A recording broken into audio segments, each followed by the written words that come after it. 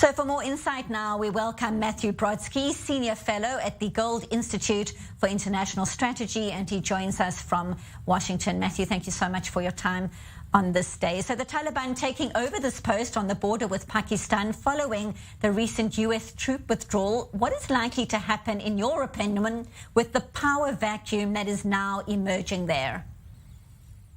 Well, look, there's no doubt that the Taliban is going to fill it, or we're going to have them with al-Qaeda and other terrorist groups, mostly of the Sunni variety. Look, it's nothing good is going to come out of the United States withdrawal. Power vacuums are never filled by any party that the United States would like. That's never happened anywhere close to that region. And of course, this is a strategic location, generally speaking, Afghanistan, and of course, the Bagram Air Base, given its location by Iran and between Iran and China. So everyone will exploit the situation, and hopefully we won't end up having to go back the way we had to go back into Iraq after withdrawing prematurely in 2011. So what are you specifically hearing about the situation on the ground right now, especially for the Afghan army? How are they coping without this American support? Look, it's very tense. The problem that the United States had, one of many problems in Afghanistan, was, first of all, we couldn't get a stable, non-corrupt government together, but we also couldn't have a very strong and effective, unified command of an Afghanistan army. So they're going to crumble. And in the end, it's going to break down back along tribal lines, which, of course, has a long history in that part of the region, where it's going to be tribes looking after their own interests as opposed to looking after any form of a state interest.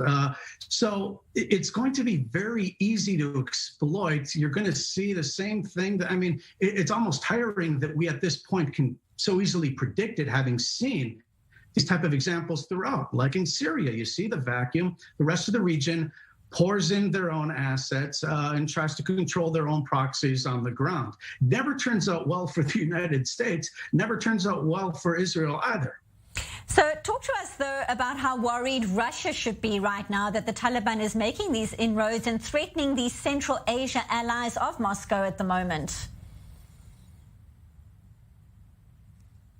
Right. So Russia can clearly think to itself, well, it's much better to have the United States playing a pacifying role in there. And if it's really affecting Americans back at home to the extent that most Americans don't really want us continuing there, then that's good from Russia's perspective. They would like to see a more stable Afghanistan. And of course, they would not like to be involved in that. So they're going to have to be involved, and other countries are going to have to do the same thing. This, of course, though, is closer to Russia's border, so it presents a different challenge than the kind of power dynamics that you see between Russia and Turkey, for instance, in Syria. So it's not a good play for stability in the long term.